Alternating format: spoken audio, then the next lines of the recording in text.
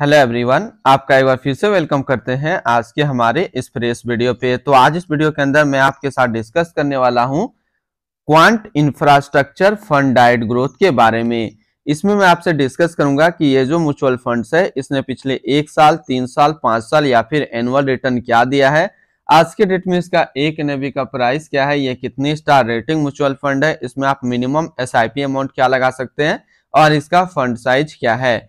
साथ ही साथ मैं आपसे डिस्कस करूंगा इसके अंदर कौन कौन सा स्टॉक लिस्टेड है और अगर आप इस म्यूचुअल फंड में कुछ पैसा जमा किए होते तो पिछले 1 साल, 3 साल, 5 साल के अंदर आपको क्या रिटर्न देखने को मिलता। और लास्ट में मैं आपसे डिस्कस करूंगा कि क्या हमें quant infrastructure fund diet growth के अंदर इन्वेस्ट करना चाहिए या फिर नहीं करना चाहिए। अगर आपने ऑलरेडी इन्वेस्ट किया है तो क्या हम अपना एसआईपी या फिर लमसम को कंटिन्यू रखेंगे या फिर इससे अपना पैसा निकाल लेंगे। तो सब चीज ए टू जेड कंप्लीट मैं इस वीडियो के अंदर कवर करने वाला हूं, तो इस वीडियो को लास्ट तक जरूर देखिएगा। तो सबसे पहले इसकी ओवरव्यू की अगर बात करते हैं, इसके रिटर्न वर्सेस कैटेगरी को देखेंगे तो ये एक हाई आपको यहाँ पे देखने को मिलेगा। रिटर्न वर्सेस कैटेगरी जो आपको देखने को मिलेगा वो क्या है, काफी हाई है। और अगर हम लोग बात कर लेते हैं इसका रिस्क वर्सेस कैटेगरी, यानी कि वो भी आपको काफी हाई देखने को मिलेगा। और इसकी रेटिंग की अगर बात करते हैं तो ये 5 स्टार रेटिंग म्यूचुअल फंड यहाँ पे आपको देखने को मिलेगा। तो तीन चीज में जो हम लोगों ने देखा, इसकी रिटर्न वर्सेस कैटेगरी जो कि हाई है, ये एक अच्छा है, यहाँ पे पहला प्लस पॉइंट। दूसरा, इसकी return versus risk versus category अगर देखें तो हाई है, यानी कि ये एक हाई रिस्क म्यूचुअल फंड रहने वाला है। और इसकी रेटिंग की बात करते हैं तो ये एक 5 स्टार रेटिंग म्यूचुअल फंड है। अब हम लोग बात कर लेते हैं इसकी फंड इंफॉर्मेशन के बारे में। तो ये जो म्यूचुअल फंड्स है ये कितने तारीख को लॉन्च हुआ था, ये लॉन्च हुआ है 1 जून 2013 को। और इसका लॉक इन पीरियड की बात कर लेते हैं तो कोई भी लॉक इन पीरियड आपको यहाँ पे देखने को नहीं मिलेगा। इसकी हम लोग बात कर लेते हैं एनएबी का, तो आज के डेट में इसका एक एनएबी का प्राइस है 43 रुपया 82 पैसा। इसकी टोटल असिस्ट अंडर मैनेजमेंट की बात करते हैं तो वो है 2498 करोड़ का। और इसका एक्सपेंस रेशियो की बात कर लेते हैं तो इसका एक्सपेंस रेशियो है 0.73% का। तो पहला हम लोगों ने देखा इसका जो फंड इंफॉर्मेशन, ये एक इक्विटी म्यूचुअल फंड है जो कि इंफ्रास्ट्रक्चर के अंदर आती है और ये एक डायरेक्ट ग्रोथ है।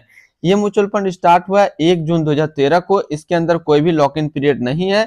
आज के डेट में इसका एक एनएवी का प्राइस है 43 रुपया 82 पैसा। इसकी टोटल असिस्ट अंडर मैनेजमेंट की बात करें तो वो है 2498 करोड़ का। और एक्सपेंस रेशियो की बात कर लेते हैं वो है 0.73 करोड़ का, सॉरी एक्सपेंस रेशियो है 0.73%। अब हम लोग बात कर लेते हैं इसकी रिटर्न के ऊपर में। तो ये म्यूचुअल फंड्स का जो फंड रिटर्न है एक साल में सबसे पहले देखते हैं, तो एक साल का जो फंड रिटर्न है वो है 79.91% का। और इस कैटेगरी का जो एवरेज रिटर्न रहता है वो रहता है 63.91% का। और फिक्स डिपॉजिट में आपको मालूम होगा 7% ही रहता है। 3 साल के रिटर्न की अगर बात करते हैं तो 3 साल में ये म्यूचुअल फंड्स 41.85% का रिटर्न दिया है। इस कैटेगरी का जो एवरेज रिटर्न रहता है 3 साल का वो 32.68 का है।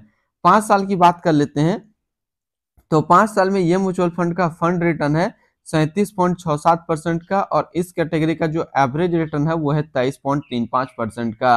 अब अगर एनुअल रिटर्न को देखें तो annual return quant infrastructure fund का है 20.53% का।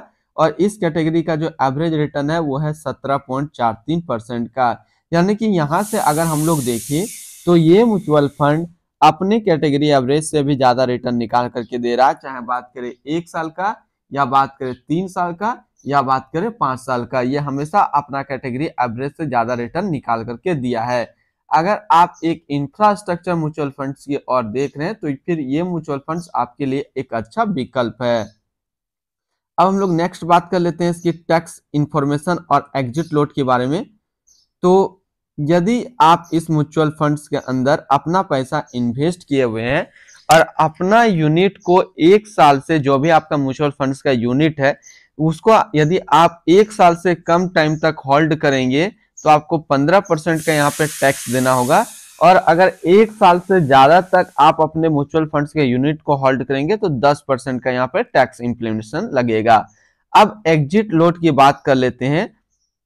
अगर आप इस म्यूचुअल फंड्स के अंदर अपना इन्वेस्ट किया हुआ पैसा 3 महीने के अंदर, यानी 3 महीने के पहले निकालेंगे तो आपको 0.50% का एग्जिट लोड देना होगा। और अगर आप इस म्यूचुअल फंड्स को 3 महीने के बाद निकालेंगे तो फिर आपको इसमें 0% का एग्जिट लोड देना होगा। यानी कि 3 महीने के अंदर निकालेंगे तो आपको 0.50% का एग्जिट लोड देना होगा, और 3 महीने के बाद अगर निकालेंगे तो 0% आपको यहाँ पे एग्जिट लोड देना होगा। इसकी डिस्ट्रीब्यूशन की बात कर लेते हैं एसिस्ट के ऊपर में, तो इक्विटी पे है 98.73% और कैश में है 1.27% का। इसकी मार्केट कैपिटल पे अगर देखें तो लार्ज कैप पे है 74.23%, स्मॉल कैप पे है 13% और मिड कैप पे है 12.77% का। अब हम लोग इसकी फंड हाउस की बात कर लेते हैं, तो quant mutual funds total assist में इंडिया पे 19 नंबर पे रैंक करता है। इसका टोटल असिस्ट अंडर मैनेजमेंट है 61,747 करोड़ का। इसके रिस्क कैटेगरी रिस्क की बात कर लेते हैं, तो ये एक काफी हाई रिस्क म्यूचुअल फंड्स रहने वाला है। अब हम लोग इसकी सेक्टर वाइज अगर देखते हैं ये म्यूचुअल फंड्स का, तो बेसिक मटेरियल पे है 24.91% का, इंडस्ट्रियल पे है 22.68% का, फाइनेंशियल पे है 15.18% का और एनर्जी पे है 10.85% का। अब इसकी होल्डिंग पे अगर देखेंगे तो हम लोग, तो रिलायंस इंडस्ट्रियल पे है 9.74% का, अडानी पावर लिमिटेड पे 6.52, जियो फाइनेंशियल सर्विस लिमिटेड पे 6.05 और कल्याणी स्टील पे है 4.76% का। इसकी फंड मैनेजर की अगर हम लोग बात कर लेते हैं, तो इसका फंड मैनेजर है बेसब सेंगल और दूसरा है अंकित ए पांडे। इसका बेसब सिंगल का एक्सपीरियंस की बात कर लेते हैं, तो इसका एक्सपीरियंस है 4.84 साल का, और अंकित ए पांडे का देखें हम लोग तो एक्सपीरियंस है 3.97 ईयर्स का। इसके पास बेसब सिंगल के पास टोटल असिस्ट अंडर मैनेजमेंट है आज के डेट में 3,60,434 करोड़ का, और अंकित के पास देखें तो टोटल असिस्ट अंडर मैनेजमेंट है 3,67,062 करोड़ का। तो आज इस वीडियो के अंदर मैंने आपके साथ डिस्कस किया क्वांट इंफ्रास्ट्रक्चर फंड के बारे में। तो फिर मिलते हैं हम लोग नेक्स्ट को इस तरीके का वीडियो की अच्छी जानकारी को लेकर के।